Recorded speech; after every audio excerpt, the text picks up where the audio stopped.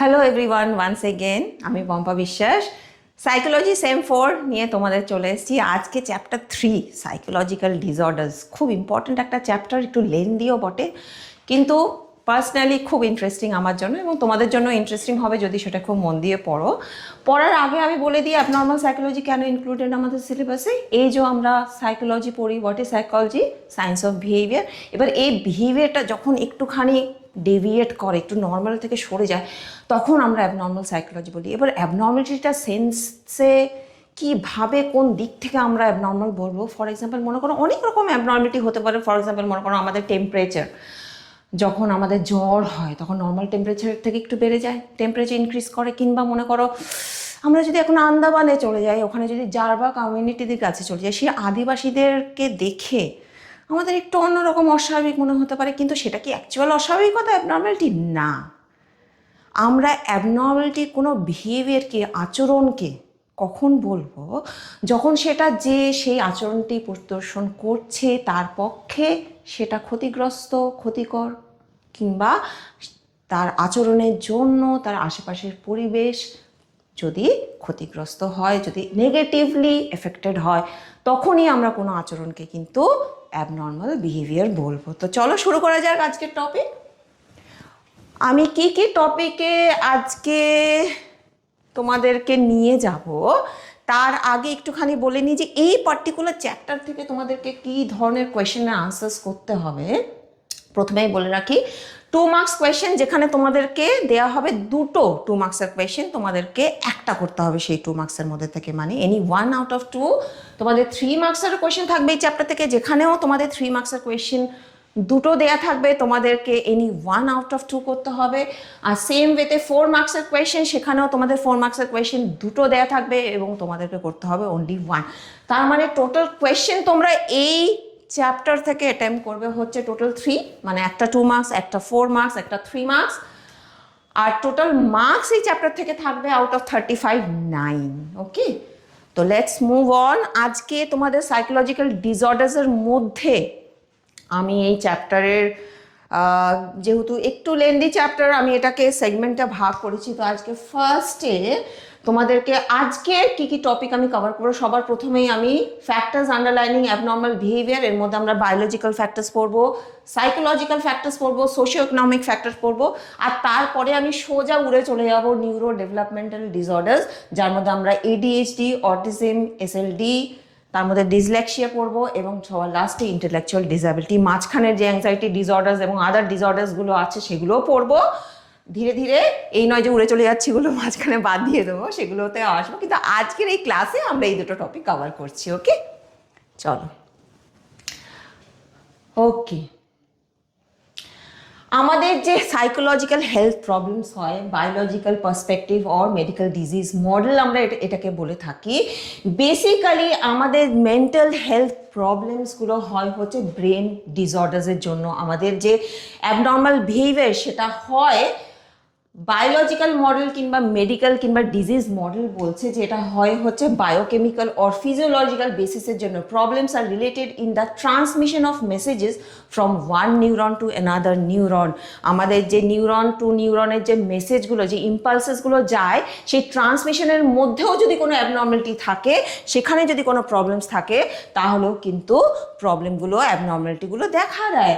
এখানে দেখো সাইন্যাপস, আমরা সাইন্যাপসের সম্পর্কে অলরেডি বায়োলজিতে পড়েছি 9-10-এ, তো এখানে আর একবার ঝালিয়ে নেবো আর কি। Synapse is a tiny space কোথায় separates one neuron from the next neuron. দুটো নিউরনের মাঝখানে যে গ্যাপটা থাকে ওটাকে আমরা সাইনাস বলি।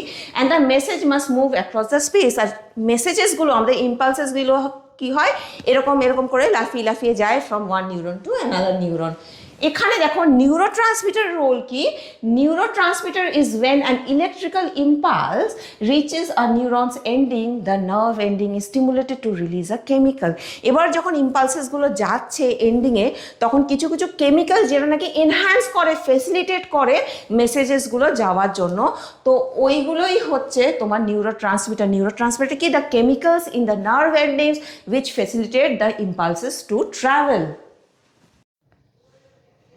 মেডিকেল মডেলে অনেক রকম রিসার্চে দেখা গেছে, studies indicated that abnormal activities by certain neurotransmitter can lead to specific psychological disorder. আমাদের যদি নিউরো ট্রান্সমিটারের কিছু অ্যাবনর্মালিটি থাকে, সেক্রেশনের কিছু কম কিংবা কিছু বাড়তি সেক্রেশনস হয় আর কি, তখন আমাদের মধ্যে অ্যাবনর্মালিটি দেখা যায়। ফর এক্সাম্পল মনে করো অ্যাংজাইটি ডিসঅর্ডার্স, যে ডিসঅর্ডার্সগুলো আছে রিলেটেড টু ভয়, আর link to the low activities of GABA. What is GABA? Types of neurotransmitter, gamma aminobutyric acid. Schizophrenia আমরা নাম প্রচুর শুনেছি, আমরা এটা নিয়ে পড়বো।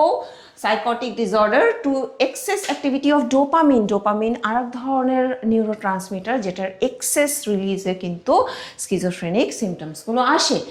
Depression to low activity of serotonin. Serotonin আর একটা নিউরো ট্রান্সমিটার নাম, তোমরা এই নামগুলি একটুখানি মনে রাখো।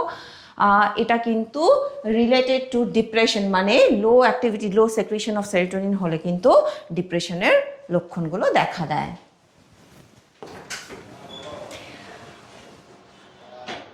রিসার্চার্স আরও রিভিল করে that there is no one gene responsible for any of the mental disorders. Instead, several genes combine in interactive ways at different stages of development to produce symptoms of disorder. কোনো একটা জিন নয়, অনেক রকম জিনের খেলা, অনেক রকম জিনের ইন্টারাকশনে কিন্তু আলটিমেটলি সাইকোলজিক্যাল প্রবলেমসগুলো দেখা দেয়। জেনেটিক ফ্যাক্টরস কিসে কিসে লিঙ্কড আছে দেখো, বাইপোলার অ্যান্ড রিলেটেড ডিসঅর্ডার্স তোমরা পড়বে বাইপোলার নিয়ে। স্কিজোফ্রেনিয়া যেটা আমি আগেই বললাম সেরোটোনিনের গন্ডগোলের জন্য হয়, জেনেটিক ডিসঅর্ডার্সের জন্য। ইন্টেলেকচুয়াল ডিসএবিলিটি যেটা আজকেই আমরা ক্লাসে পড়বো, এটাও কিন্তু বিশাল বড় একটা জেনেটিক রিজন এই ইন্টেলেকচুয়াল ডিসএবিলিটি হওয়ার জন্য। ওকে, এবার আমরা নেক্সট পার্সপেক্টিভে আসছি, সেটা হচ্ছে সাইকোলজিক্যাল পার্সপেক্টিভ। সাইকোলজিক্যাল ডিসঅর্ডারের পিছনে সাইকোলজিক্যাল কারণ কি কি আছে আর কি, সেই সাইকোলজিক্যাল কারণের মধ্যে যেটা আমরা পড়বো সেটা হচ্ছে সাইকোডাইনামিক মডেল। খুব পুরনো কিন্তু খুব ইম্পর্টেন্ট, ফ্রয়েডের বিহেভিয়ারাল মডেল পড়বো, cognitive and humanistic existential model, 4টে মডেল আমরা পড়বো। সেই 4টেই কিন্তু সাইকোলজির পার্সপেক্টিভসের মধ্যে আছে। মেন্টাল হেলথ প্রবলেমস আর due to the problems in the functioning of the mind. এই সাইকোলজিক্যাল পার্সপেক্টিভ কি বলে, যে আমাদের ফাংশনিং, ডিসফাংশনিং মাইন্ডের মধ্যে কোথাও হলেও কিন্তু সেই মেন্টাল প্রবলেমসগুলো অ্যারাইজ হয়। Psychological and interpersonal factors have a significant role to play abnormal behaviour. আমাদের যে নানা রকম সাইকোলজিক্যাল ফ্যাক্টরস থাকে, ইন্টারপার্সোনাল ফ্যাক্টরস থাকে, সেটাও কিন্তু অ্যাবনর্মাল বিহেভিয়ারের জন্য হয়। ফর এক্সাম্পল দেখো কি কি হতে পারে। ম্যাটারনাল ডিপ্রাইভেশন, আমি মাতৃসঙ্গ পাচ্ছি না। একটি বাচ্চা যখন জন্মগ্রহণ করে সবার প্রথমে সবচেয়ে কাছের মানুষটি তার কে? মা। সেই মাকে যদি আমি না পাই, মায়ের থেকে যদি আমি বঞ্চিত হই, মানে সেপারেশন ফ্রম মাদার। আর মাদারকে আমি হয়তো অন্যভাবে বলতে পারি দ্য কেয়ার টেকার। অনেকে হয়তো সেই মাকে পায় না, কোনো একটা ট্র্যাজেডির জন্য হতেই পারে, সেখানে আমি মাদারকে বলবো দ্য কেয়ার টেকার। সবচেয়ে কাছের মানুষ সেই সময়, জন্মের সময় একজন তো থাকে কেউ কেয়ারটেকার করার জন্য, কেয়ারটেক করার জন্য। তো separation from mother, lack of warmth during the early years of life, মানে জীবনের প্রথম কটা বছরে তুমি সেই কেয়ার গিভিং যে তোমাকে দেবে সেখানে কিন্তু তোমার ল্যাকিং হচ্ছে, তুমি কিন্তু ঠিকঠাক করে যত্ন, সেই কেয়ারটি পাচ্ছ না সেই কেয়ারটেকারের কাছ থেকে। Most of the time mother. Parent child relationship rejection, over protection, faulty discipline. Parent আর চাইল্ড, মা বাবা এবং তার বাচ্চার মধ্যে যে সম্পর্কটি, সেটি কেমন? সেটা কি খুব রিজেকশন, মানে তোমার কোনো কিছুই খেয়াল রাখছে না, না তো তোমার নিডস, না তো তোমার ইচ্ছা, কোনো কিছুরই টেক কেয়ার করা হচ্ছে না, কিংবা তার ঠিক অপোজিটটা ওভার প্রোটেকশন, তোমাকে কি সবসময় খুব ওভার প্রোটেক্টেড, খুব বেশি করে প্রোটেক্ট করে রাখছে, এখানে এটা করতে দিচ্ছে না, ওখানে যেতে দিচ্ছে না, এখানে গেলে পড়ে যাবে, ওখানে গেলে লেগে যাবে, এরকমভাবে সবসময় বাধা সৃষ্টি করছে। কিংবা ফল্টি ডিসিপ্লিন, মানে একটা শৃঙ্খলা, একটা নিয়ম, যার মধ্যে একটা ফ্যামিলি স্ট্রাকচার্স থাকে, সেটাই নেই, যার যা ইচ্ছা সে করছে, কোনো নিয়ম ডিসিপ্লিন যেটা করা অনুচিত ফ্যামিলি স্ট্রাকচারের মধ্যে সেটা হচ্ছে। অনেক রকম সেরকম রিজনস থাকতে পারে। ম্যাল অ্যাডাপটিভ ফ্যামিলি স্ট্রাকচার্স যেখানে আছে আর কি, প্রচণ্ড ঝগড়া, অশান্তি, পরিবারের মধ্যে একে অপরকে খুব বাজেভাবে কথা বলা, এরকম যদি থাকে। আর একটা পয়েন্ট হতে পারে সিভিয়ার স্ট্রেস, অনেক রকম কারণ, সোশিও ইকোনমিক রিজনস হতে পারে, কিংবা অনেক রকম কারণ এরকম হতে পারে যে মানসিকভাবে মিলছে না বাড়ির সদস্যের একে অপরের প্রতি, সেখানে কিন্তু নানা রকম স্ট্রেস অ্যারাইজার হতে পারে এবং সেই স্ট্রেসের জন্য কিন্তু প্রবলেমগুলো, সাইকোলজিক্যাল প্রবলেমসগুলো কিন্তু দেখা দিতে পারে। ওকে, আমরা আসছি সাইকোলজিক্যাল পার্সপেক্টিভের ফ্রয়েডের দ্বারা formulated psychodynamic model by Sigmund Freud. প্রথমেই বললাম এটা খুব ওল্ডেস্ট কিন্তু most famous, most important models, modern psychological মডেলসের মধ্যে।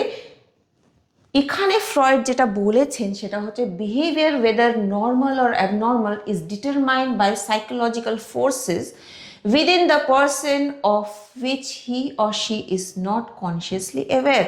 আমাদের মধ্যে যে বিহেভিয়ারগুলো, আমরা আচরণগুলো করি, সেইটা কিছু কিছু ফোর্সেসের দ্বারা ডিটারমাইন্ড হয় এবং সবকটা ফোর্সেস যে কনসিয়াসলি হচ্ছে, তোমরা অলরেডি চ্যাপ্টার 2-তে তোমরা সাইকোডাইনামিক থিওরি পড়েছো, যেখানে তোমরা কনসিয়াস, প্রি কনসিয়াস এবং আনকনসিয়াস মাইন্ডের সম্পর্কে পড়েছো, এবং that's like a iceberg. Okay, conscious mind শুধু তোমার আইসবার্গটার 1/10 শুধু, যেটা আমরা সচেতন অবস্থায় যেটা করছি, বুঝতে পারছি যে আমরা এই কাজগুলো করছি কনসিয়াসলি, চেতন অবস্থায়। বাদ বাকিটাই কিন্তু 9 মানে 10/9 কিন্তু আমাদের অজান্তে অনেক রকম ঘটনা এরকম হয়ে যায় যেগুলো আমরা জানতেও পারি না, আমাদের অবচেতন মনে এগুলো ঘটে থাকে। এগুলো অনেক প্রতিফলন, আমরা এই যে স্বপ্ন দেখি, অনেক সময় আমরা ভাবি যে কেন এই স্বপ্নটা দেখলাম, সেই কারণগুলো কিন্তু অ্যাকচুয়ালি তোমার আনকনসিয়াস মাইন্ডে যে কার্যকলাপ, যে অ্যাক্টিভিটিসগুলো হচ্ছে, যেগুলো তুমি কনসিয়াসলি অ্যাওয়্যার নও, সেইগুলোই কিন্তু আলটিমেটলি আমাদের ড্রিমসের মাধ্যমে রিফ্লেক্টেড হচ্ছে।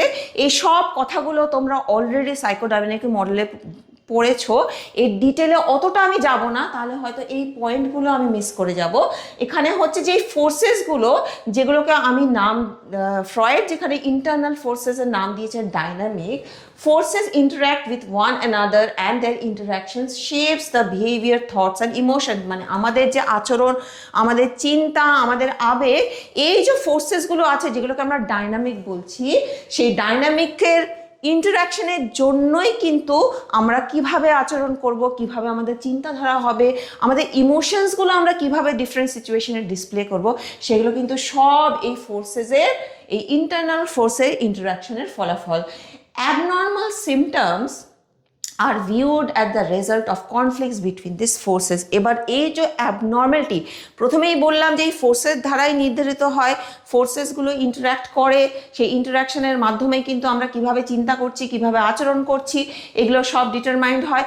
এবং এই ইন্টারাকশনটা যখনই ঠিকঠাক হচ্ছে না, যখনই তার মধ্যে ইমব্যালেন্সের সৃষ্টি হচ্ছে, তখনই কিন্তু আমার বিহেভিয়ারটাও নষ্ট হচ্ছে, আমার কিন্তু ম্যালঅ্যাডাপটিভ বিহেভিয়ার হচ্ছে।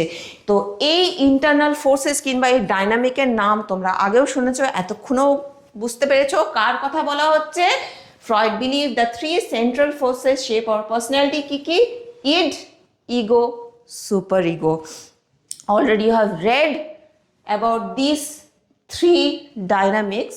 একটু শর্টে বলে দিচ্ছি। ইড আমাদের ইনস্টিংকচুয়াল নিড, মানে একটা আমার মধ্যে ছোট্ট একটা বাচ্চাকে যখন দেখছো তোমরা, সে রাস্তার মধ্যে কিচ্ছু মানছে না, তার যদি একটা খেলনা চাই সেটা তাকে তক্ষুনি দিতেই হবে, নাহলে অনেক বাচ্চা এমন ট্যান্ট্রামস করে যে মাটিতে শুয়েই পড়লো, কান্নাকাটি করলো, গড়াগড়ি খাচ্ছে যতক্ষণ না সে সেই খেলনাটা পাচ্ছে। তো এটাই মনে করো যে এই যে আমাদের যে ইনস্টিংক্টটা, যেটাকে আমরা অ্যানিম্যাল ইনস্টিংক্টও বলি, সেইটা কিন্তু সবার মধ্যে রয়েছে। এই নয় যে শুধু ওই ছোট বাচ্চাটির মধ্যেই ছিল, এটা, এই ইটটা কিন্তু আমাদের সবার মধ্যে বর্তমান।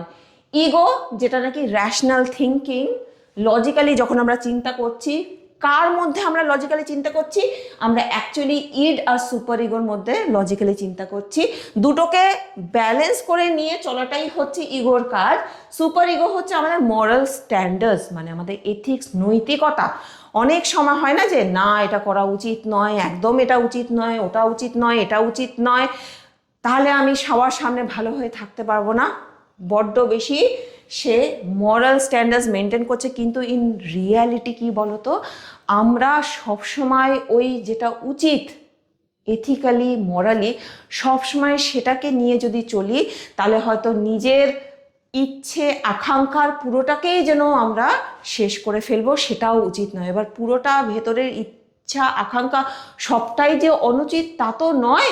তো এই ইচ্ছে আকাঙ্ক্ষা এই ইনস্টিংক্টগুলো হচ্ছে এর সবটা না পেলেও ইগো কি করে, ইগো কিছুটা সুপার ইগোকে মানিয়ে নেয়, কিছুটা ইটকে বলে যে ঠিক আছে তুমি কিছুটা নিজেকে একটু অ্যাডজাস্ট করে নাও, চলো আমি দুটোকে নিয়েই মিলিমিশিয়ে চলছি। মানে আমাদের যে অ্যাকচুয়াল বিহেভিয়ারটা, যেটাকে আমরা অ্যাডাপটিভ বিহেভিয়ার বলে থাকি, সেটা হচ্ছে যে আমরা কিন্তু কিছুটা এমন ইনস্টিংক্টগুলোকে আমরা প্রাধান্য দেবো যেটা মানুষের কিংবা আমার নিজের পরবর্তী লাইফে হয়তো ক্ষতি করবে না, কিংবা বাদবাকি মানুষের কিংবা বাদবাকি পরিবেশের পক্ষেও সেটা ক্ষতিকারক নয়, সেই উটগুলোকে আমরা হয়তো প্রাধান্য দিচ্ছি। এবং সুপার ইগো যতটা আমরা মরাল স্ট্যান্ডার্ডস নিয়ে চলতে পারি সেটাকে নিয়েই একটা কি করে, র্যাশনাল থিঙ্কিংয়ের মধ্যে দিয়ে চলে, লজিক্যালি যেটা উচিত সেটা নিয়েই কিন্তু চলার কাজটা ইগোর। Freud emphasized that casual factors of abnormal behaviors are the unconscious conflict usually originating in early childhood and the use of defense mechanism to handle the anxiety generated by the repressed impulses and emotions. Freud এবার যে বলছে এইভাবে তো ইগোর কাজটা হচ্ছে balanced behaviour, একটা ঠিকঠাক adaptive behaviour নিয়ে চলা আর কি, যাতে আমরা ঠিকঠাক করে আচরণ করতে পারি মানুষের সঙ্গে। তো এখানে আমরা কিসের কথা বলছি, আমরা কথা বলছি অ্যাবনর্মালিটি নিয়ে, তাই তো, বিহেভিয়ারের অ্যাবনর্মালিটি নিয়ে। ফ্রয়েড বলছে যে অ্যাবনর্মাল বিহেভিয়ারটা অ্যাকচুয়ালি এই তিনটে ফোর্সের মধ্যে যখন কনফ্লিক্ট সৃষ্টি হয়, এবং এই কনফ্লিক্টগুলো হয়তো আমরা চেতন অবস্থায় বুঝতেও পারছি না, জানতেও পারছি না যে এই কনফ্লিক্টগুলো অ্যারাইজ হয়েছে, আনকনসিয়াসলি ঘটে যাচ্ছে। এবং এই কনফ্লিক্টগুলোকে ব্যালেন্স করার জন্য না আমরা অনেক রকম ডিফেন্সেস ইউজ করি, যেটাকে আমরা মেন্টাল মেকানিজম কিংবা ডিফেন্স মেকানিজমও বলি। অলরেডি মাইন্ড, ফর এক্সাম্পল ধরে নাও যে অবদমন একটা, অলরেডি তোমরা ফরগেটিং চ্যাপ্টারের ক্লাস 11-এ পড়েছো, repression is a type of কিন্তু ডিফেন্স, অলরেডি তোমরা ফ্রয়েডের সেটা সম্পর্কে পড়েছো। কিংবা আর একটা ডিফারেন্স হতে পারে প্রজেকশন। হ্যাঁ, এরকমভাবে অনেক রকম ডিফেন্স মেকানিজম আমরা কিন্তু আমাদের মধ্যে যখন অ্যাংজাইটি সৃষ্টি হচ্ছে, ইমব্যালেন্স সৃষ্টি হচ্ছে, কিসের জন্য ইমব্যালেন্স সৃষ্টি হচ্ছে, আমাদের মধ্যে যে ফোর্সেসগুলো ইন্টারনাল ফোর্সেস, সেই ডাইনামিক্সের মধ্যে যদি কনফ্লিক্ট তৈরি হয়, ব্যালেন্স যদি না তৈরি করতে পারে, তখন আমরা ডিফেন্সেসগুলো অ্যাপ্লাই করছি এবং সেই ডিফেন্সেসগুলো মাধ্যমে আমরা অ্যাংজাইটিগুলোকে কমানোর চেষ্টা করছি। কিন্তু যখন এই ডিফেন্সেসগুলো প্রচণ্ডভাবে অতিরিক্ত মাত্রায় বেড়ে যায়, তখন কিন্তু আমাদের মধ্যে প্রবলেমগুলো, অ্যাবনর্মালিটিগুলো সৃষ্টি হয়। আমরা ডিফেন্সেস মানে হচ্ছে যে আমরা একটা বলতে পারো একটা ইনডাইরেক্ট মেথডে ব্যালেন্স করার চেষ্টা করছি, তো কতটাই বা আমরা সেটা চালিয়ে যেতে পারবো, তাই না? এই দেখো একটা ডায়াগ্রামের মধ্যে দিয়ে দেখো যে কিভাবে তিনজন মিলে কাজ করে। তিনজন মানে হচ্ছে যে এই তিনটে ইন্টারনাল ফোর্সেস যে ডাইনামিক্স আছে আর কি, ইড, ইগো, সুপার ইগো। ইডের ব্যাপারটা কি, আই ওয়ান্ট দ্যাট রাইট নয়, ওই যে বললাম অ্যানিম্যাল ইনস্টিংক্ট, মানে বাচ্চাদের মতন আমার এটা চাই তো এক্ষুনি আমার এটা চাই, এটা কিন্তু ইডের কথা অ্যাকচুয়ালি। হ্যাঁ, এবার সুপার ইগো বলে good people don't think about those things, মানে নৈতিকতা, এই যে বললাম সুপার ইগো নৈতিকতা, ভালো মানুষেরা কিন্তু একদম এইসব চিন্তা করে না, সেটা কিন্তু সুপার ইগো বলছে। এবার দেখো ইড আর ইগো দুটো কিন্তু একদম দুটো আলাদা আলাদা পোজ, দুটো ডিফারেন্টলি কথা বলছে। হ্যাঁ, তখন দুটোকে নিয়ে এসে ইগো বলছে let's figure out a way to work together, চলো তোমার কথাটাও শুনবো, তোমার কথাটাও শুনবো। ইগো বলছে ইড তোমার কথাও আমি শুনবো, সুপার ইগো তোমার কথাও শুনবো, চলো দুটোকে মিলিয়ে মিশিয়ে ফিগার আউট করা যাক যে কিভাবে একসঙ্গে মিলিতভাবে কাজ করা যায়, যে কাজটা নাকি একটা ব্যালেন্স ফরম্যাটে হয় আর কি। আচ্ছা, এবার আমরা আসছি বিহেভিয়ার মডেল। বিহেভিয়ার মডেল কি দেখে, কি বলার চেষ্টা করে, this model investigates how fear become associated with specific situation, মানে স্পেসিফিক সিচুয়েশনে কি করে ফিয়ারগুলো, আমাদের ভয়গুলো অ্যাসোসিয়েটেড হয়, how inappropriate behaviours may be reinforcement. Basically behaviour মডেলের কথাটা হচ্ছে যে যদি আমরা মানে both normal behaviour and abnormal behaviours are learned and psychological disorder are the result of learning maladaptive ways of behaviour, মানে বলছে আমরা যদি অ্যাডাপটিভ ফর্ম মানে ভালো করে অ্যাডজাস্ট করে যেই বিহেভিয়ার দ্বারা সেটা যদি আমরা শিখতে পারি, তাহলে আমরা ম্যালারি মানে উল্টোটাও, মানে যেটাতে একটা মানুষ ঠিকঠাক করে অ্যাডজাস্ট করতে পারছে না সেই ম্যালারেটিভ বিহেভিয়ারটাও কিন্তু লার্ন, ওটাও কিন্তু শেখার থ্রু দিয়ে আমরা কিন্তু ম্যালারেটিভের দিকে যাই। This model focuses on the behaviors that are learned through conditioning and proposes that what can be learned can be unlearned, মানে দুটোই যখন শেখার মাধ্যমে সৃষ্টি হচ্ছে, মানে যেটা ডিজায়ারেবল বিহেভিয়ার সেটাও যদি আমরা শিখে থাকি তাহলে আনডিজায়ারেবল ম্যালারেটিভ বিহেভিয়ারটাও আমরা শিখছি, তাহলে একটা জিনিস যদি শেখা যায় তাহলে সেটাকে আনলার্নও করা যায়। এবার সেটাই বলছি যে আমরা অ্যাডজাস্টমেন্ট ওভাবেই করব, কেউ যদি ম্যালারেটিভ বিহেভিয়ার শিখে যায় তাহলে সেই শেখাটাকে মানে সেই লার্নিং প্রসেসটাকে আনলার্নিং করা, আনলার্নিং দ্য ম্যালারেটিভ বিহেভিয়ারটাই আবার আমাদের নর্মাল বিহেভিয়ারে ফিরে আসতে সাহায্য করবে, এটাই বিহেভিয়ার মডেল বলে। এবার আমরা যে লার্নিংটা করি বেসিক্যালি দেখো 3 ওয়েজ অফ লার্নিং। বেসিক্যালি প্রথমটা হচ্ছে আমরা ক্লাসিক্যাল কন্ডিশনিং, অলরেডি তোমরা প্যাভলভের থিওরি পড়েছো ক্লাসিক্যাল কন্ডিশনিং, যেখানে লার্নিং থ্রু অ্যাসোসিয়েশন, অ্যাসোসিয়েশন মানে হচ্ছে দুটো ঘটনা রিপিটেডলি অকার হচ্ছে। Learning can take place by classical conditioning, that is the association in which two events, এই যে বললাম এক্ষুনি, two events repeatedly occur close together in time, মানে দুটো ঘটনাকে একসঙ্গে খুব কম সময়ের মধ্যে যদি অ্যাপিয়ার করা হয় তাহলে আমরা একটা ঘটনার সঙ্গে আরেকটা ঘটনাকে অ্যাসোসিয়েট করে আমরা ধীরে ধীরে লার্ন করি। তোমরা অলরেডি প্যাভলভে সেই কুকুরের এক্সপেরিমেন্টটা, যেখানে ঘন্টার সঙ্গে খাবারকে অ্যাসোসিয়েট করে আলটিমেটলি তাকে শেখানো হলো যে সে স্যালাইভেট করতে শুরু করলো, ফাইনালি তোমার বেল বাজার সঙ্গে সঙ্গে, ঘন্টাটা বাজার সঙ্গে সঙ্গে সে স্যালাইভেট করতে শিখলো। অলরেডি তোমরা অ্যাটিটিউড চ্যাপ্টারেও আমি তোমাদেরকে ক্লাস 12-এ পড়িয়েছি এটা নিয়ে। তো that is all about classical conditioning. এইভাবে কুকুরটি শিখলো এবং এইভাবেও লার্নিং প্রসেসে আমরা অ্যাসোসিয়েশনের মাধ্যমে শেখাই, বিহেভিয়ার আচরণ শেখাই। পরেরটা হচ্ছে অপারেন্ট কন্ডিশনিং। অপারেন্ট মানেই তোমরা সেই স্কিনারে চলে যাবে, অপারেন্ট সঙ্গে কি রিলেটেড, রিইনফোর্সমেন্ট, তাই তো? আমরা হয় রিওয়ার্ড দিয়ে নাহলে পানিশ করে আমরা কোনো একটা বিহেভিয়ার শেখাই, নাহলে কোনো একটা বিহেভিয়ার বন্ধ করাই, তাই তো? কোনো একটা বিহেভিয়ার যদি সেটা খুব ডিজায়ারেবল বিহেভিয়ার হয় তাহলে সেটা আমরা রিওয়ার্ড দিয়ে রিইনফোর্সমেন্ট করব, আর যদি কোনো বিহেভিয়ার আনডিজায়ারেবল হয় তাহলে সেটাকে আমরা পানিশ করে বিহেভিয়ারটাকে বন্ধ করব। এভাবে অপারেন্ট কন্ডিশনিং এভাবে আচরণগুলোকে কিন্তু মডিফাই করে কিংবা চেঞ্জ করে বলবো। সবার শেষে লার্নিং থিওরি, যেটা social learning theory, already learning by imitation, observation, মানে অন্য অপরকে মডেলিং হিসেবে দেখে আমরা অবজার্ভ করে শিখছি, ব্যান্ডরার থিওরি। তোমরা অলরেডি এটাও তোমরা ক্লাস 11-এ পড়েছো সেকেন্ড সেমে, এবং এখানেও তোমরা অ্যাটিটিউড চ্যাপ্টারে তোমরা সোশ্যাল লার্নিং থিওরি পড়েছো।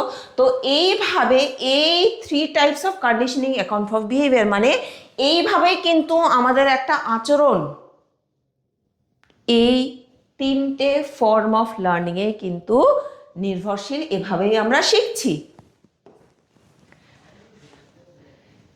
এবার আমরা আসছি কগনিটিভ মডেলে। কগনিটিভ মডেল, কগনিটিভ মানে জ্ঞানমূলক, জ্ঞানের প্রক্রিয়া, আমাদের থট প্রসেস, আমাদের চিন্তন process.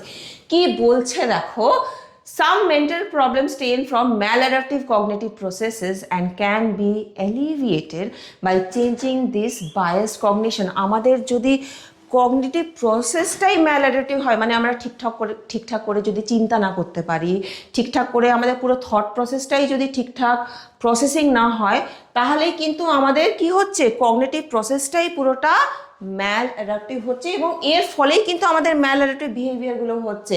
The way we think about our self, the way we evaluate stressful situation and our strategies for coping with them are all inter related.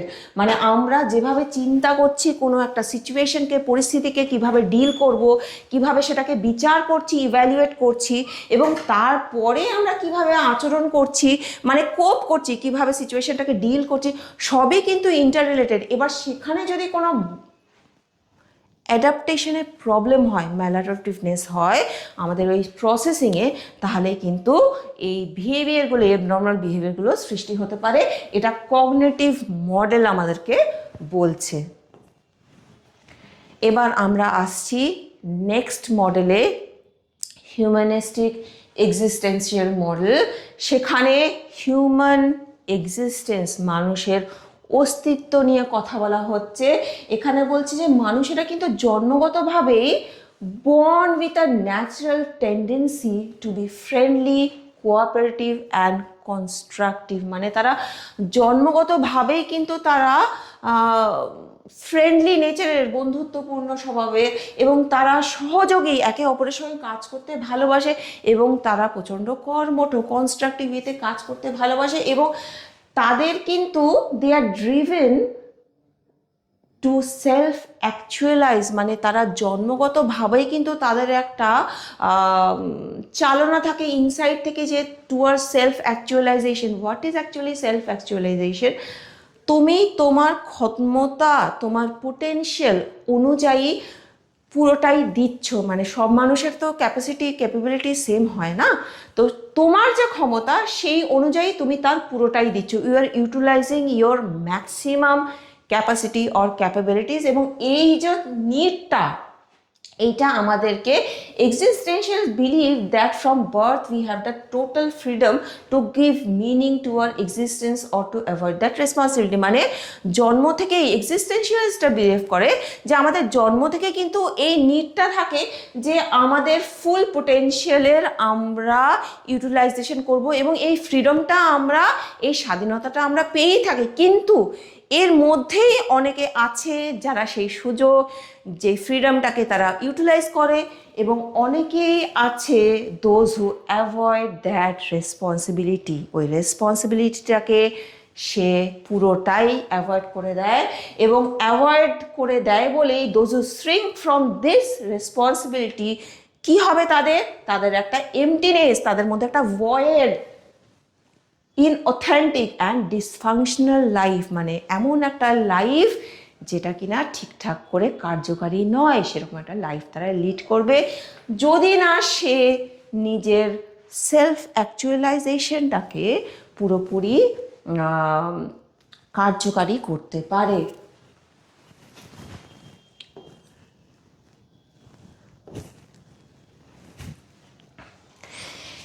এবার biological perspective, psychological perspective এবং সবার শেষে cultural perspective. Biological ফ্যাক্টার্সের পরে যখন আমি social psychological factors পড়াচ্ছিলাম তখন আমি তার মধ্যে ফ্রয়েডের সাইকোডাইনামিক থিওরি পড়িয়েছি, তোমাদের বিহেভিয়ার মডেল পড়িয়েছি, তারপরে তোমাদের হিউম্যানিস্টিক এক্সিস্টেন্সিয়াল মডেল পড়লাম এবং cognitive model পড়িয়েছি।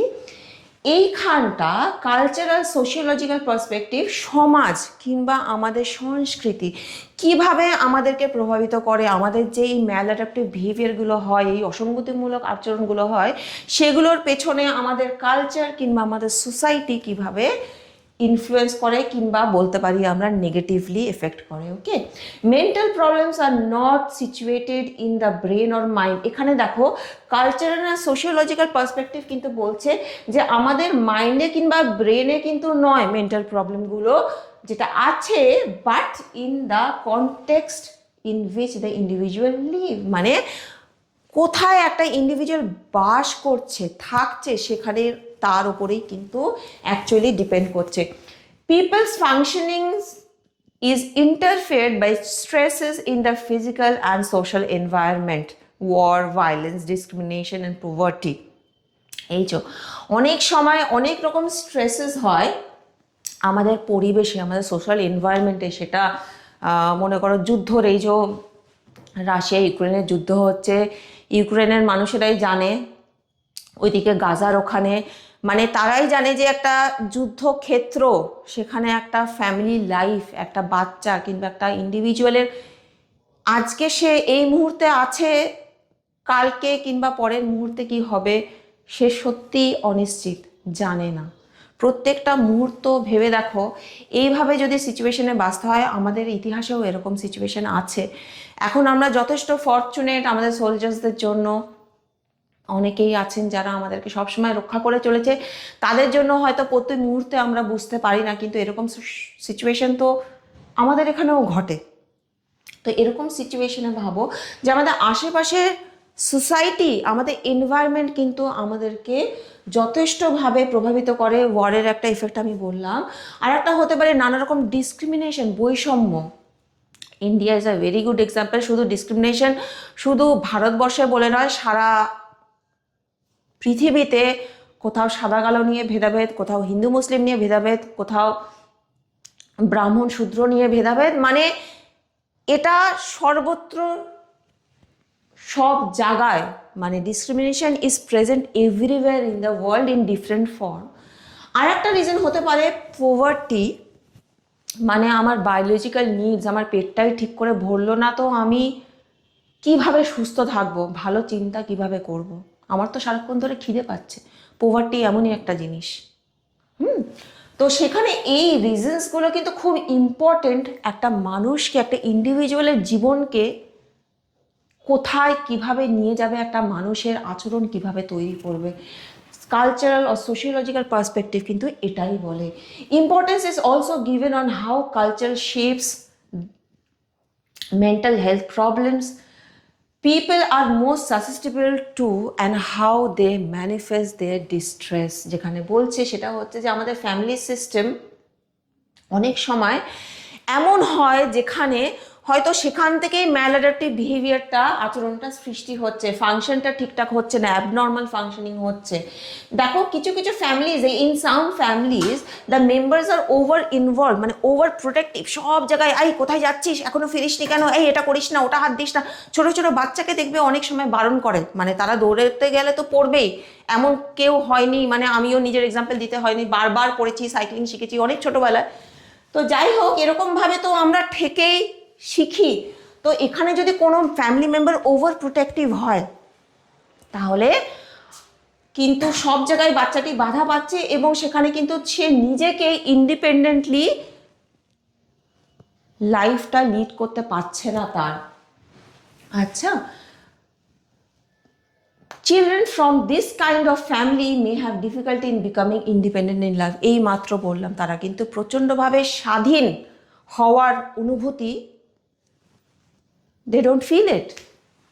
Okay, people who are isolated and lack social support are likely to remain more depressed। মানে আর একটা রিজন হতে পারে যে মানুষ যখন একাকিত্বে আছে, একা আছে, তখন কিন্তু তারা ডিপ্রেশনে ভোগে। মানুষ যখন আইসোলেটেড থাকে, সোশ্যাল সাপোর্ট পায় না, সমাজের মধ্যে থেকেও আলাদা, মানে একটা কথাই আছে যে it's very difficult to stay in a crowded place lonely. ভিড়ের মাঝে একা থাকাটা খুব বেদনা। তো এখানেই দেখো, ভিড় তো আছেই, সমাজের মধ্যে মানুষজন তো আছে, তার মধ্যে যারা আইসোলেটেড গ্রুপের মধ্যে নেই, তাদের মধ্যে কিন্তু ডিপ্রেশনটা প্রচণ্ডভাবে দেখা দেয়। Socio-cultural theorists believe abnormal behavior functioning is indeed influenced by societal labels or role। আরেকটা কারণ দেখো, সোসাইটিয়াল লেবেল দেওয়া শুরু করে। আরে when people break the norm, আমরা যদি কোনো কিছু সমাজের থেকে বেরিয়ে করি, তখন সমাজ আমাদেরকে একটা ট্যাগ দেওয়া, লেবেলিং দেওয়া শুরু করে। ডেভিয়েন্ট বলে, ডেভিয়েন্ট মানে হচ্ছে সে নর্মাল থেকে সরে গেছে, mentally ill. Such label tend to stick, viewing the person as crazy, and the person gradually learns to accept and play the sick role and function in a disturbed manner। এখানে দেখো উল্টোভাবে কাজ করছে, যেহেতু তার behaviour একটু deviant হয়ে গেল, normal থেকে একটু আলাদা হয়ে গেল, তখন মানুষেরা তাকে হয়তো ক্রেজি বলে, একটু পাগলাটে আছে, এইভাবে আমরা ট্যাগ করছি, মানে সোসাইটি ট্যাগ করে, এবং তার ফলে কি হয়, যেহেতু সে এইভাবে ট্যাগ করেছে, সে কিন্তু আচ্ছা আমাকে তো লোকে বলেই দিয়েছে ওরকম, তো আমি ওরকমই আচরণ করি, এরকম একটা মানুষের মানসিকতা থাকে। মানে এই যে they learn to accept and play the sick role, ওই সিক রোলই সে প্লে করতে শুরু করলো and function in the disorder. আমাকে তো মানুষ ওরকমভাবে ট্যাগ করেই দিয়েছে, তো আমি ওরকমই আচরণ করবো, মানুষ তো আমাকে এরকমই বলে। তো এরকম একটা টেন্ডেন্সি থাকে, তার ফলে কিন্তু এই ম্যালাডাপটিভ বিহেভিয়ারগুলো দেখা যায়, অ্যাবনর্মাল ফাংশনিংগুলো আমরা দেখতে পাই। সবার শেষে আমি ভালনারেবিলিটি স্ট্রেস মডেল বলবো। এখানে দেখো আমাদের লাইফে স্ট্রেসেস আছে, স্ট্রেসেস মানে অনেক রকম হতে পারে, পভার্টি হতে পারে, ম্যাল নিউট্রিশন হতে পারে, কনফ্লিক্টস হতে পারে, অনেক রকম লাইফে ট্রমাটিক ইভেন্ট যেটা ঘটে গেছে সেরকম ঘটনা ঘটতে পারে। এবার দেখো যাদের জেনেটিক্যালি মনে করো প্রবণতা আছে, যে ফ্যামিলি হিস্ট্রিতে কারো এরকমভাবে মেন্টাল ডিসঅর্ডার্স ধরা পড়েছে, তাদের কি হয়, কিছুটা জেনেটিক্যালি প্রবণতা তাদের মধ্যে, প্রিডিসপোজিশন তাদের মধ্যে আছেন। এবার এই মডেল, ভালনারেবিলিটি স্ট্রেস মডেল কি বলছে, যাদের মধ্যে এই প্রিডিসপোজিশন কিংবা এই জেনেটিক প্রবণতাগুলো আছে, তারা বেশিভাবে কিন্তু এফেক্টেড হবে এই স্ট্রেসেসের দ্বারা। মানে সোজা কথায় এই স্ট্রেসেসগুলো, মানে নানা রকম স্ট্রেসেস হতে পারে, পভার্টি হতে পারে, ম্যালনিউট্রিশন হতে পারে, কনফ্লিক্ট হতে পারে, কোনো ট্রমাটিক লাইফ ইভেন্টস হতে পারে, এই ট্রমাগুলো কিন্তু মোকাবিলা করতে তারা কম সক্ষম হয়, যাদের লাইফ হিস্ট্রিতে এরকম কোনো প্রবণতা জেনেটিক্যালি কিছু আছে তাদের। সেই জন্যই বলা হয় যে দেখো, both vulnerability and stress R necessary. কিছু কিছু আমাদের স্ট্রেস দরকার থাকে যে আমরা এক্সেল করার জন্য, কিছুটা চাপ না থাকলে, মানে আমাদের, তোমরাই দেখো না, তোমাদের যদি কোনো পরীক্ষার সিস্টেম না থাকতো, তোমরা কি, যারা একটু, আমি বলছি না সবার ক্ষেত্রে, কিন্তু যারা মনে করে একটু ফাঁকিবাজ, ঠিক আছে কালকে করব, ঠিক আছে কাল চলে এলো, পরশু করব, তারপরের দিন করবো, এরকম যারা করে, তাদের সামনে যদি পরীক্ষার ব্যাপারটাই যদি না থাকে, তাহলে তোমরা কি করবে? পড়াশোনাটাই হয়তো করবে কি করবে না যথেষ্ট সন্দেহজনক। তো সেই জন্য কিছু ছোটোখাটো স্ট্রেস হয়তো required. It helps to explain why some people develop serious psychological problems when confronted with minimum stress, while others remain healthy regardless of how difficult their lives may become. এই জেনেটিক প্রবণতা কিংবা প্রিডিসপোজিশনের জন্যই কিন্তু অনেক মানুষের মধ্যে difference দেখা যায়। কেউ হয়তো একটুতেই ভেঙে পড়ে, আর কেউ হয়তো অনেক কিছু সামলে নিয়ে কিন্তু সে খুব ভালোভাবে লড়াই করে ঘুরে দাঁড়াতে শেখে। এই ডায়াগ্রামটার দিকে দেখো, এখানে হচ্ছে নানা রকম স্ট্রেস লাইফ ইভেন্টস আর কি, মানে এটা হচ্ছে আমার স্ট্রেসের, মানে কেউ কেউ অনেক ভালো করে স্ট্রেসকে মোকাবেলা করতে পারছে, কেউ কেউ অনেক বেশি তার স্ট্রেস হয়ে যাচ্ছে, সে সেরকমভাবে মোকাবেলা করতে পারছে না। There is a difference among the individual about scoping the stress. আচ্ছা, আমরা কোয়েশ্চেন আনসারে চলে যাচ্ছি। দেখো, আগেই বলেছিলাম তোমাদের 2 মার্কস, 3 মার্কস আর 4 মার্কসের কোয়েশ্চেন আসবে। এরকম আসতে পারে কোয়েশ্চেন। 2 মার্কসের ফ্রয়েড অনুযায়ী 3টে সেন্ট্রাল ফোর্স মানে ডাইনামিকের নাম বলো। What is the cognitive model of abnormal model for abnormality? Cognitive মডেলে কি বলা হচ্ছে main? What reason does humanistic existential model give for dysfunctional life? মানে হিউম্যানিস্টিক এক্সিস্টেন্সিয়াল মডেল ডিসফাংশনাল লাইফের জন্য মেন ওদের যে মূল বক্তব্য সেটা কি? 3 মার্কসের question, what is the biological perspective of abnormal behaviour? Biological perspective কি অ্যাবনর্মাল বিহেভিয়ারে? What is the social perspective of abnormal behaviour? Social perspective কি, সামাজিক দিক থেকে আমরা কিভাবে বলি যে এই কারণে অ্যাবনর্মাল বিহেভিয়ার হতে পারে? ভালনারেবিলিটি স্ট্রেস মডেলটা কি, অলরেডি আমি জাস্ট আগে স্লাইডটা বললাম। 4 মার্কসের কোয়েশ্চেন একটু ডিসক্রিপটিভভাবে লিখবে। What are the underlying factors of abnormal behaviour? Underlying factors মানে কারণগুলো তোমাদেরকে অ্যাবনর্মাল বিহেভিয়ার, অস্বাভাবিক আচরণের জন্য, সেটা তোমাদেরকে লিখতে হবে। What is the psychological perspective of abnormal behaviour? Psychological perspective কি, এবং সাইকোলজিক্যাল পার্সপেক্টিভ মধ্যে তোমরা অলরেডি 4টে পার্সপেক্টিভ আমি বলেছি, এর মধ্যে সেই 4টেই কিন্তু মেনশন করতে হবে, ঠিক আছে? চলো এবার নেক্সট টপিকে আমি যাচ্ছি। Neuro developmental disorder. Neuro developmental disorder একটা বাচ্চার ছবি দিয়েছি, ছবিটা দেখেই কিছুটা আইডিয়া করে নাও যে এটা কিন্তু আর্লি অনসেট হয় এবং এটা একটা পার্সেন্টেজ মানে চলে যায়, মানে এটা থেকে যায়, হ্যাঁ। Result of disruption to normal brain development, মানে আমাদের যে নর্মাল ব্রেনের ডেভেলপমেন্ট সেখানটা বাধা সৃষ্টি হয় বলেই এই নানা রকম নিউরো ডেভেলপমেন্ট ডিসঅর্ডার্সগুলো হয়। এবং এটা সাধারণত খুব আর্লি অনসেট, মানে ছোটোবেলাতেই এটা আমাদের চারা দেয় আর কি, আমরা এটাকে লক্ষ্য করতে পারি। আচ্ছা, প্রথমেই আসছি আমরা এডিএইচডি শর্টে বলা হয়, এবং এডিএইচডির নামটা এখন খুব পপুলার হয়ে গেছে আর কি। কোনো বাচ্চা চঞ্চল হলেই আমরা আর কি বলি যে হয়তো ওর মধ্যে এডিএইচডি আছে, ওর মধ্যে নেই। প্রথমেই আমি এই ক্লাসের আগেই আমি বললাম যে অনেক সময় সিমটমসগুলো মনে হবে যেন এই সিমটমসগুলো কিছুটা আমার মধ্যেও আছে, কিছুটা অন্য লোককেও আমরা হয়তো চেনা পরিচিত যে আছে তাদের মধ্যে আমরা হয়তো লক্ষ্য করছি। কিন্তু আমি দুটো রিজন প্রথমে বলেছিলাম যে কি কারণে আমরা বলতে পারি যে এটা একটা অ্যাবনর্মালিটি, এটা একটা অ্যাবনর্মালিটি নয়, যখন সেটা সত্যি সত্যি খুব নেগেটিভলি এফেক্ট আমার জন্য, মানে যে ইন্ডিভিজুয়ালের হচ্ছে সেই বিহেভিয়ারগুলো তার জন্য এবং তার আশেপাশের লোকজনের জন্য কিংবা এনভায়রনমেন্টের জন্য সেটা নেগেটিভলি প্রভাব ফেলবে, তখনই আমরা সেটাকে অ্যাবনর্মালিটি বলবো। আচ্ছা, এডিএইচডিকে ফুল ফর্ম হচ্ছে attention deficit hyper activity disorder. Attention deficit মানে অ্যাটেনশনের ঘাটতি, মনোযোগের কম, আর তার সঙ্গে হাইপার অ্যাক্টিভিটি মানে অতিরিক্ত মাত্রায় অ্যাক্টিভিটি, দুটো একসঙ্গে হচ্ছে, ঠিক আছে?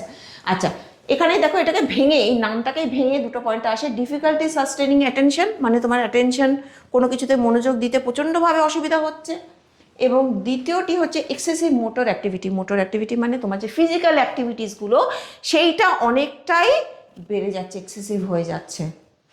আচ্ছা, এখানে দেখো আমাদের এই সিলেবাসে আমরা DSM-5 অনুযায়ী সিমটমসগুলো পড়বো আর কি, ডিসঅর্ডার্সগুলো। তো DSM-5-এর কী ক্রাইটেরিয়া ADHDর জন্য?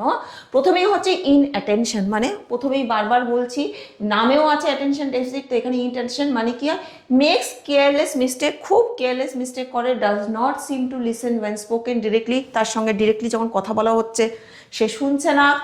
ডাজ নট ফলো ইনস্ট্রাকশন, কোনো কথা বলা হচ্ছে যখন তখন সে শুনছে না, এবং ইনস্ট্রাকশন টিচার দিলে সে অন্য জায়গায় তার মন।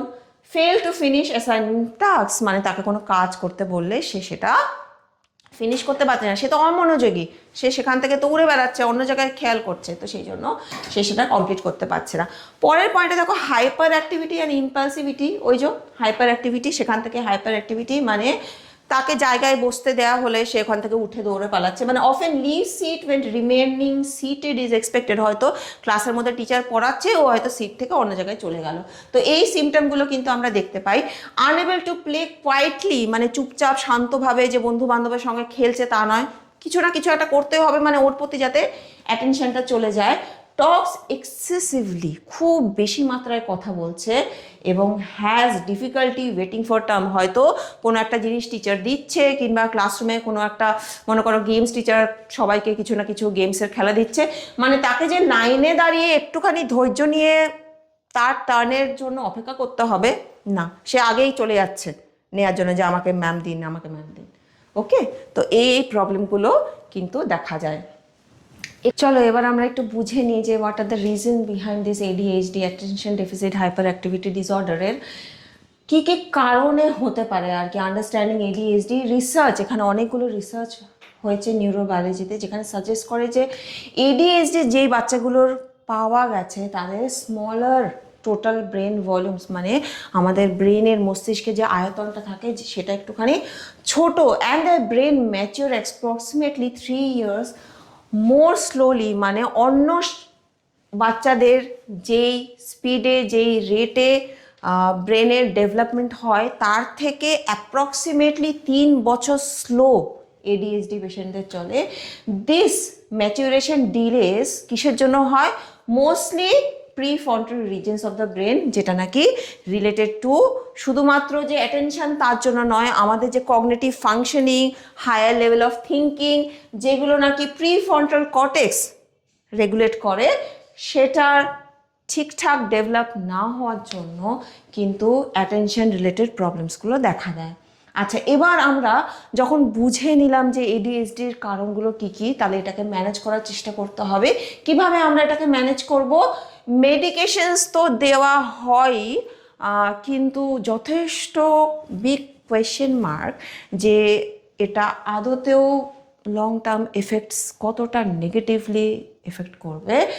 এটাকে বাদ দিয়ে যেটা করা উচিত সেটা হচ্ছে বিহেভিয়ারাল টেকনিক্স অ্যাডাপ্ট করা উচিত। বিহেভিয়ারাল টেকনিক্স মানেই হচ্ছে এখানে রিইনফোর্সমেন্টের খেলা চলে আসবে, মানে তোমার ডিজায়ারেবল বিহেভিয়ারের জন্য আমি পজিটিভলি রিইনফোর্সমেন্ট দিচ্ছি, এবং আনডিজায়ারেবল বিহেভিয়ারের জন্য আমি নেগেটিভলি রিইনফোর্স করছি। এবং ফ্যামিলি থেরাপিও ডেভেলপ করা হয় অনেক সময়। যেটা আমি বলে রাখি যে নিউরো ডেভেলপমেন্ট ডিসঅর্ডার্স, যেটা প্রথম ক্রাইটেরিয়া ছিল, এটা আর্লি অনসেট, মানে বাচ্চাদের মধ্যেই এটা দেখা দেয়, এবং এটা খুব স্বাভাবিকভাবে মা বাবারা অ্যাকসেপ্টেন্স মানে গ্রহণ, যে আমার বাচ্চার সাথে ওয়াই মি, আমার সন্তানের সাথেই কেন এটা হলো, এটাতেই কিন্তু অনেকটা সময় তারা ব্যয় নষ্ট করে দেয় এবং অনেক ডিলেড তাদের ডায়াগনোসিস হয়। মানে অ্যাকসেপ্টেন্সেরই অভাব হয়, মা বাবারা অ্যাকসেপ্ট করতে পারে না তাদের সন্তান একটুখানি বাকিদের থেকে ডিফারেন্টলি এবলড, তাদের বাকিদের থেকে একটুখানি আলাদা, এবং সেখানে কিন্তু ফ্যামিলি থেরাপিটাও যথেষ্টই দরকার। মা বাবাকে বোঝানো দরকার যে এটাও একটা ধরন। যদি এরকমভাবে হতে পারে যে এই তো নানা রকমের মোবাইল আছে, সবার কাছে কি এক কোম্পানির মোবাইল আছে? কারো কাছে আইফোন আছে, কারো কাছে স্যামসাং আছে, কিংবা কারো কাছে অন্য কোনো কোম্পানি আছে। তো এটাও সেভাবেই অন্যরকম, ঠিক আছে? Next neuro developmental disorder autism, যেটাকে আমাদের পুরো নামটা হচ্ছে অটিজম স্পেকট্রাম ডিসঅর্ডার, এসডি আমরা শর্ট ফর্মে বলি। অটিজমটার সঙ্গেও খুব একটা পরিচিত নাম আর কি, অটিস্টিক চাইল্ড, এরকম আমরা অনেক জায়গায় শুনে থাকি আর কি। তো চলো একটু সাইকোলজিক্যাল দিক থেকে, যেহেতু তোমরা সাইকোলজিক্যাল স্টুডেন্ট, সেই জন্য সাইকোলজির দিক থেকে আমাদেরকে একটুখানি বুঝতে হবে। এর মেন পয়েন্টটা হচ্ছে deficit in social interaction, in communication and in activities, মানে তারা ইন্টারাকশন করে না সমাজের সঙ্গে, কমিউনিকেশনের অভাব, ঠিক আছে? They do not smile, do not make eye contacts, মানে একটা বাচ্চা জন্মগ্রহণ করার পরে যে সবচেয়ে প্রথম ডাক্তার দেখবে ভ্যাকসিন দেওয়ার সময় জিজ্ঞাসা করে, তোমরা যখন ছোট ছিলে তোমাদের মা বাবাকেও জিজ্ঞাসা করেছে যে হাসাটা মানে হচ্ছে চোখের চোখ আই কন্ট্যাক্ট হবে, হাসবে। অটিস্টিক বাচ্চাদের কিন্তু তারা স্মাইল ব্যাক করে না, তাদের দিকে হাসলে কিন্তু তারা হাসবে না, they do not smile, eye কন্ট্যাক্টও করে না, ডু নট এনজয় কার্ডলিং, মানে তাদেরকে যদি কার্ডল করা হয়, একটু আদর দেওয়া হয়, ছোট বাচ্চাকে কি হয়, আমরা ছোট ছোট বাচ্চাদের একটু জড়িয়ে ধরি, তারাও খুব খুশি হয়ে যায়, তারাও সেই ওয়ার্মথটা অ্যাটাচমেন্টটা পেতে চায়, সেখানে কিন্তু সেই বাচ্চারা সেটাতে ইন্টারেস্টেড হয় না, এবং তারা বাচ্চাদের সঙ্গে অন্য তাদের সমবয়সী বাচ্চাদের সঙ্গেও কিন্তু খেলতে নট ইন্টারেস্টেড, মানে তারা খেলতে একদমই ইন্টারেস্টেড থাকে না to play with other children. এবার আমরা DSM-5 এর ক্রাইটেরিয়া দেখে নেবো এসডি এর, অটিস্টিককে। Persistent deficit in social communication, যেটা আমি বললাম, সোশ্যাল ইন্টারাকশন সেখানে ঘাটতি, সোশ্যাল কমিউনিকেশনে সোশ্যাল ইন্টারাকশন দুটোতেই তাদের প্রচণ্ডভাবে তাদের মধ্যে deficits. Restricted repetitive pattern of behaviour, interest or activities, মানে ওরা কিন্তু একটা প্যাটার্নে বিহেভ করে, মানে একটা রিপিটেশন তাদের আচরণের মধ্যে থাকে, এবং খুব ভ্যারিয়েশন থাকবে না তাদের আচরণের মধ্যে, কয়েকটা সিলেক্টিভ বিহেভিয়ার্স, এবং সেটাকেই বারবার করে তারা পুনরাবৃত্তি কিংবা রিপিটেশন হবে অ্যাক্টিভিটিসের মধ্যে। Symptoms must be persistent present in the early developmental period, এই যে বললাম আর্লি ডেভেলপমেন্টেই কিন্তু সেটা লক্ষণীয় হবে, but may manifest due to social demands, মানে সিমটমসগুলো তখনই হয়তো অনেক সময় সিচুয়েশন তেমন হয় না বলে লক্ষ্য করা যাবে না, কিন্তু সোশ্যাল সিচুয়েশনে সেই জিনিসগুলো আরও বেশি করে কিন্তু ফুটে উঠবে আর কি। হ্যাঁ, আচ্ছা, এখানে দেখো এই যে অটিস্টিক বাচ্চাদের যাদের মধ্যে অটিজম আছে তাদের মধ্যে একটা খুব প্যাটার্ন দেখা যায় যে অন্য মানুষেরা যেটা বলছে তার উত্তর সে দিল না, কিন্তু যেটা বলছে সেটাই সে রিপিট করছে। এই টার্মটাকে বলা হয় একোলালিয়া। একো মানে যেটা শুনছি সেটারই শব্দ প্রতিফলন মানেই আমরা ইকো বলি। তো একোলেলিয়া মানে হচ্ছে children with ASD echo what they hear rather responding with their own thoughts. মানে তোমাকে কিছু জিজ্ঞাসা করা হলো, তুমি সেটাই আবার রিপিট করছো, বলছো ওকে, মানে সেটার প্রশ্নর উত্তর কিন্তু তুমি দিতে পারছো না, ঠিক আছে? এইটা কিন্তু এএসডির মধ্যে এই একোলেলিয়া সিমটমটা দেখা যায়। আচ্ছা, এখানে দেখো একটা ছোট্ট ছবির মধ্যে দিয়ে আমি নানা রকম সাইন্স অফ অটিজমটাকে সামারাইজ করছি। যেটা আমি অলরেডি বললাম সেটা হচ্ছে চাইল্ড ডাজেন্ট রেসপন্ড, মানে তাকে নাম জিজ্ঞাসা করলে সে নাম বলবে না। কমিউনিকেশন প্রবলেম, সে একা থাকতে ভালোবাসে, সমবয়সী বাচ্চাদের সঙ্গে সে খেলতে মিশতে চায় না, যেটা আমি বললাম। অন্যের কথা বুঝতে তাদের অসুবিধা হয়, trouble interpreting what others feel.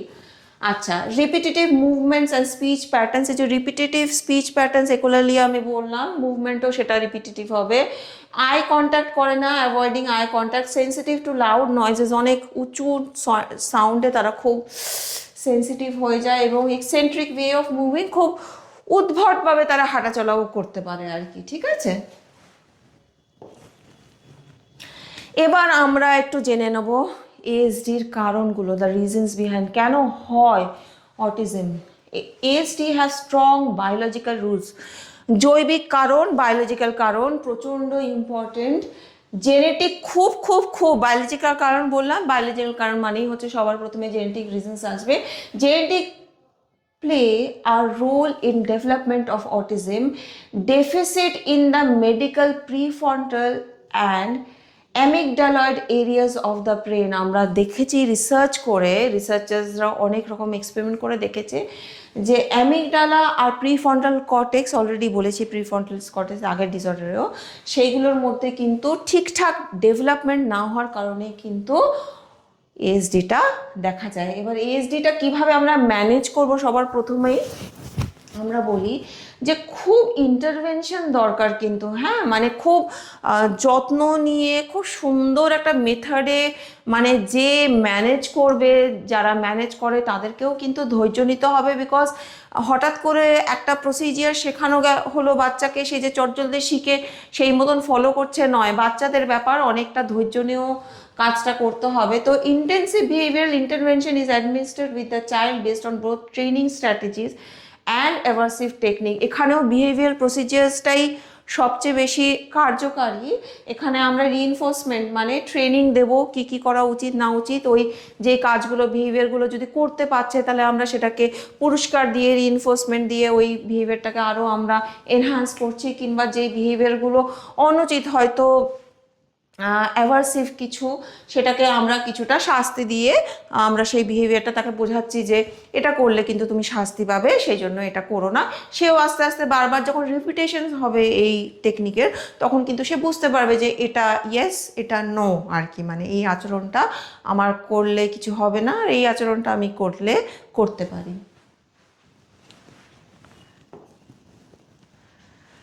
আচ্ছা, আমরা পরের নিউরো ডেভেলপমেন্টাল ডিসঅর্ডারে চলে যাব। এটা থার্ড স্পেসিফিক লার্নিং ডিসঅর্ডার, যেটাকে আমরা এসএলডি বলি।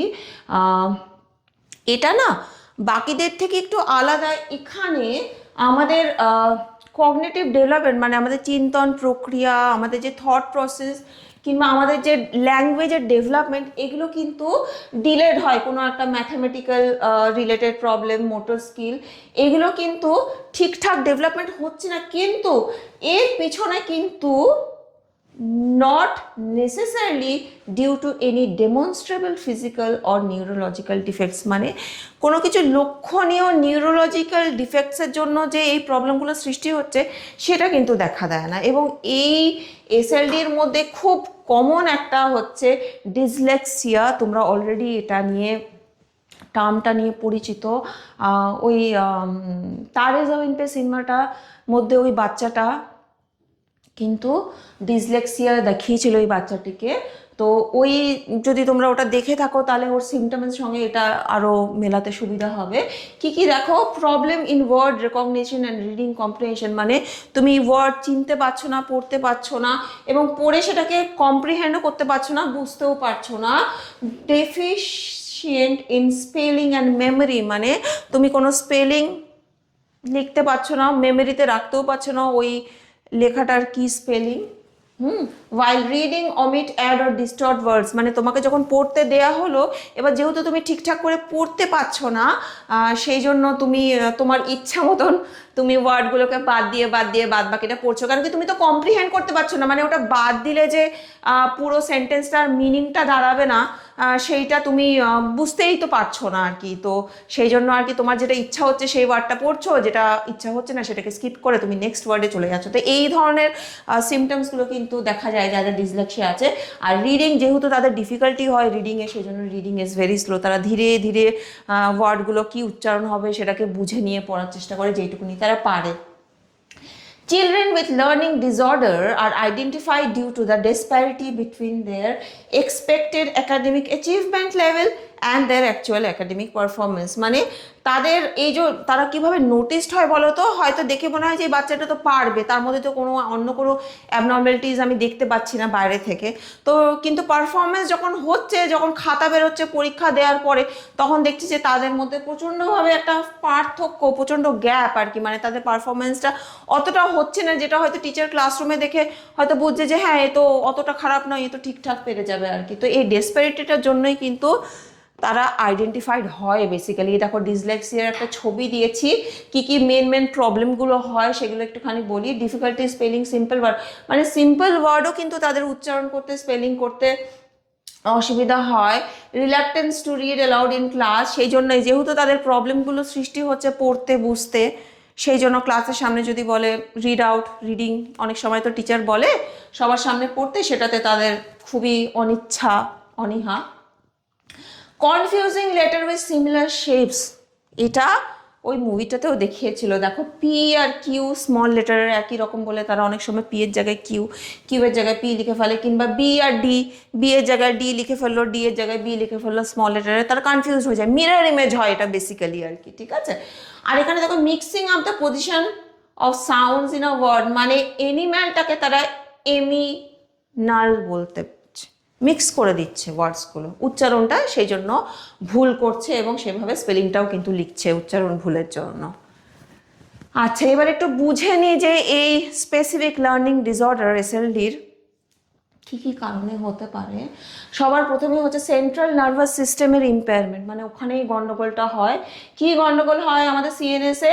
Immaturity, deficiency or dysregulation in the brain functioning, পুরোটাই ঠিকঠাক করে সিএনএস এর ডেভেলপমেন্টের ডিসফাংশনের জন্য। আর জেনেটিক্যালি ট্রান্সমিটেড জিন, মানে আমি আগেও বলেছি এখনও বলছি, মানে যে কোনো সাইকোলজিক্যাল ডিসঅর্ডার্সে কিন্তু তোমার জেনেটিক ফ্যাক্টার্সটা খুব প্রাইম একটা ফ্যাক্টর, যেটা আমরা বহন করে নিয়ে আসি। কোন জিন কিভাবে কম্বাইন্ড হয়ে আলটিমেটলি আউটকাম হলো, মানে এর পিছনে কেন এটা হচ্ছে, কি কারণে হচ্ছে, এখনো পর্যন্ত সেটা আননোন, একটা মিস্ট্রি। ওকে, চলো কিভাবে ম্যানেজ করবো এবার যখন জেনে গেছি এসএলডিটা কি কি কি কারণে হতে পারে, এবার আমরা কিভাবে ম্যানেজ করব।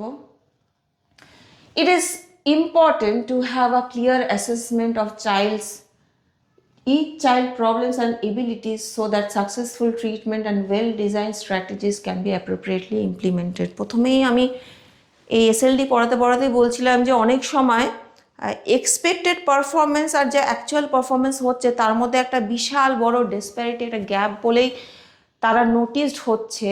এবার হচ্ছে যে প্রথমেই যে কাজটা করতে হয় সেটা হচ্ছে তাদেরকে আইডেন্টিফাই করাটা, এটা হচ্ছে বিগ থিং। সবচেয়ে বড় স্ট্রাগলটা হচ্ছে to identify the people having learning disorder. তো এই এসএলডি যখন আইডেন্টিফাই হয়ে গেল, প্রত্যেকটা বাচ্চার, প্রত্যেকটা ইন্ডিভিজুয়াল যাদের এসএলডি আছে তাদের যে একই রকমের সমস্যা তা নয়। কারো হয়তো মিরর ইমেজে ভুগছে, কারো হয়তো মিরর ইমেজ কিংবা স্পেলিং মিস্টেক দুটোই হচ্ছে, কেউ হয়তো পড়তে লাউডলি পড়তে পারছে না।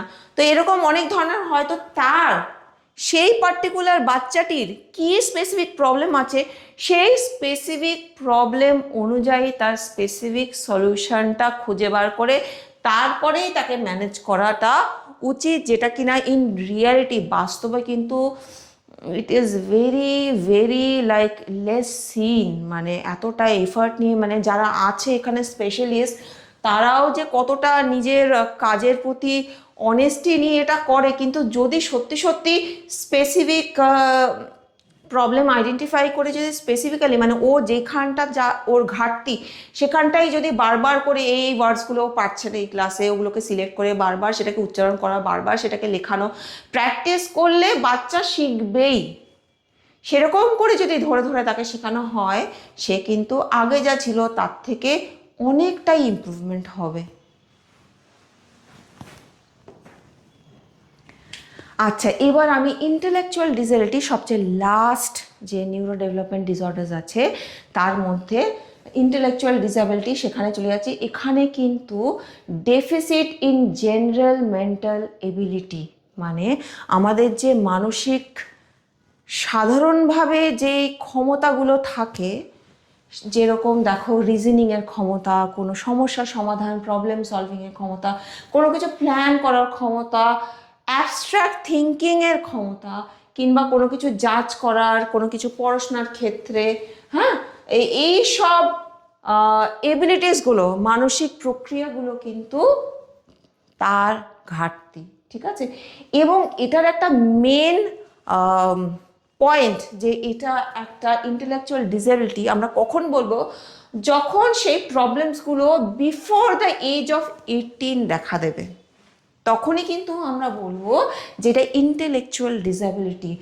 যখনই সেটা আফটার এজ 17 দেখা দেবে, এই সেম সিমটমসগুলো, আমার মনে থাকছে না, আমি ঠিক করে বুঝতে পারছি না, আমি ঠিক করে প্ল্যান করতে পারছি না, এইসব প্রবলেমগুলো আফটার 17 ইয়ার্স হলে কিন্তু এটাকে আমরা ডিমেনশিয়ার পর্যায়ে রাখি, যেখানে কিছুটা ডিমেনশিয়া সাধারণভাবে স্মৃতির ক্ষয় বলতে পারো, ঠিকঠাক করে আর কি হচ্ছে না, মেমোরাইজেশন প্রসেসটা ঠিকঠাক করে করতে পারছে না একটি ইন্ডিভিজুয়াল। ডিফারেন্সটা বোঝা গেছে। ডিমেনশিয়া কখন আমি বলবো, ইন্টেলেকচুয়াল ডিসএবিলিটি কখন বলবো। 18 বছরের আগে হলে ইন্টেলেকচুয়াল ডিসএবিলিটি, ডিমেনশিয়াটা 17 ইয়ার্স ক্রস করে গেলে সেম সিমটমস ডিমেনশিয়া। আচ্ছা, এবার ইন্টেলেকচুয়াল আমরা জানি, আমরা থার্ড সেমে পড়েছি আমাদের আইকিউ সম্পর্কে। সেখানে আইকিউ অন অ্যান অ্যাভারেজ, আমাদের যে সাধারণভাবে আইকিউ, অ্যাভারেজ আইকিউ, সেটা 90 to 110 থাকে। 110-এর উপরে, 120-র উপরে আমরা গিফটেড বলি, প্রতিভাবান যাদেরকে বলছি। ইন্টেলেকচুয়াল ডিসএবিলিটি যাদের থাকে তাদের আইকিউটা জেনারেলি 70-70-র বিলো, যাদের আইকিউ তাদেরকে আমরা এই ক্যাটাগরিতে রাখি। এবার দেখো, এটাকে অ্যাকচুয়ালি 4 ভাগে আবার ভাগ করা যায়। যারা 55 to 70 রেঞ্জে থাকে তাদেরকে মাইল্ড বলা হয় আইকিউ। যাদের আইকিউটা 40 থেকে 55-এর মধ্যে থাকে তাদেরকে আমরা মডারেট বলি। এবং সিভিয়ার আর প্রোফাউন্ড, প্রোফাউন্ডটা হচ্ছে একদমই তলার, মানে 25 বিলো, মানে পার্সেন্টেজেও তারা খুব কম। তোমরা অলরেডি পড়েছো এই 4টা সম্পর্কে, অলরেডি তোমরা জানো, থার্ড সেমে পড়েছো, মানে সংখ্যাটাও খুব কম। এবং নর্মাল প্রবাবিলিটি গ্রাফটা যদি চিন্তা করো, তার উপরে কিন্তু আইকিউটাও আমাদের ডিপেন্ডেন্ট। তো ওই গ্রাফটা চিন্তা করলে কিন্তু তোমরা দেখবে যে নর্মাল থেকে যত ডেভিয়েশন হবে তত কিন্তু সংখ্যাটা পপুলেশনে কমবে। সিভিয়ার 40 to 25 রেঞ্জের মধ্যে। তো এখানে আমি একসঙ্গে লিখেছি যেহেতু এদের সিমটমটা খুব একটা ফারাক করা যায় না। তো এবার দেখো, এখানে সেলফ হেল্প স্কিল, মানে নিজেকে সাহায্য করার, এটা কিভাবে পারে। এখানে যাদের মাইল্ড আইকিউ তারা নিজেদেরকে ফিড আর ড্রেস করতে পারে, মানে নিজেরা খেতেও পারে, নিজেরা জামা কাপড়ও করতে পারে, টয়লেট ট্রেনিংটাও নিজেরাই যেতে পারে, ঠিক আছে। এখানে দেখো যাদের মডারেট তারা রিকোয়েস্ট ট্রেনিং, মানে তাদেরকে কিছুটা এই যে হেল্পটা, সেলফ হেল্প, মানে নিজে নিজে জামা কাপড় পরো, নিজে নিজে খাও, টয়লেট নিজে নিজে ওয়াশরুমে যাও, এটা কিন্তু ট্রেনিং দিয়ে তারা কিছুটা মোটামুটি শিখে নিতে পারে, হ্যাঁ, ম্যানেজেবল। এইখানটা কিন্তু তারা no skill or partial skill, some can care for needs on a limited basis, মানে এখানটা কিন্তু তারা সেটা পাচ্ছে না। তাদের একটা টেক কেয়ারের দরকার পড়ে, একটা অ্যাসিস্ট্যান্সের দরকার পড়ে এইসব নিডসের জন্য। স্পিচ অ্যান্ড কমিউনিকেশন, কথাবার্তা কিভাবে তারা করবে, receptive and expressive language is adequate understand communication, মানে তাদেরকে কোনো কথা বলা হলে তারা সেটা বুঝতে পারে, কমিউনিকেশন, এবং তারা বলতেও পারে। তাকে কিছু জিজ্ঞাসা করা হলেও তারা উত্তরটাও দিতে পারে। রিসেপটিভ বিহেভিয়ার্স কিন্তু ল্যাঙ্গুয়েজের মধ্যে আছে। এখানটা দেখো, receptive and expressive language is adequate has speech problems, মানে এখানে যাদের মডারেট তারাও কিন্তু তুমি কিছু জিজ্ঞাসা করলে তারা বলবে, কিন্তু স্পিচের প্রবলেম হবে। অনেক সময় তোমার বুঝতে অসুবিধা হবে হয়তো, যে তুমি যেটা জিজ্ঞাসা করলে সে যে কি উত্তর দিল সেটা হয়তো তোমার একটু আন্ডারস্ট্যান্ডিংয়ে প্রবলেম হয়, যেহেতু তাদের স্পিচ প্রবলেম আছে। এখানটা কিন্তু তারা একদমই এক্সপ্রেসিভ নয়, তারা রিসেপটিভ ল্যাঙ্গুয়েজ, মানে তাদেরকে তুমি কিছু জিজ্ঞাসা করলে কিন্তু তারা ঠিকঠাক করে উত্তর ম্যাক্সিমাম সময়ে কিন্তু দিতে পারে না, তারা বুঝতে পারে না তুমি কি বলছো। আচ্ছা, এখানে দেখো একাডেমিক স্কিল, যারা মাইল্ড মানে 70 যে রেঞ্জটা বললাম আর কি, তারা 6 গ্রেড মানে ক্লাস 6 পর্যন্ত তাদের একাডেমিক স্কিলেই তারা অতটা পর্যন্ত তারা শিখতে পারে সাবজেক্ট ওয়াইজ। এখানে দেখো মডারেট যারা, তারা 2nd ক্লাস পর্যন্ত, 2nd গ্রেড পর্যন্ত তারা শিখতে পারে। এখানে কিন্তু যারা প্রোফাউন্ড তারা কিন্তু একদমই তাদের মধ্যে একাডেমিক স্কিল সম্ভব নয়। আচ্ছা, সোশ্যাল স্কিল দেখো মাইল্ড যাদের মধ্যে আছে, তারা ফ্রেন্ডস আছে তাদের, তারা অ্যাডজাস্ট করতেও ভালোভাবে পারে। Has friends, learn to adjust quickly. এইখানটা দেখো তারা capable of making friends but he has difficulty in many social situation. এই যে বললাম কমিউনিকেশনে তাদের প্রবলেম হয়, সেই জন্য তাদের ফ্রেন্ডস হয়তো আছে, কিন্তু অনেক সময় ফ্রেন্ডসরা তো কথাবার্তা বলে, সেখানে কিছু কিছু তোমার সোশ্যাল সিচুয়েশনে কমিউনিকেশন প্রবলেমের জন্য ডিফিকাল্টি হতে পারে। আর এখানটা কিন্তু তাদের ক্যাপাবিলিটি নেই, সোশ্যাল ইন্টারাকশনই যেহেতু তাদের বন্ধ থাকে, তারা ঠিকঠাক করতে পারে না, সেই জন্য তাদের ফ্রেন্ডস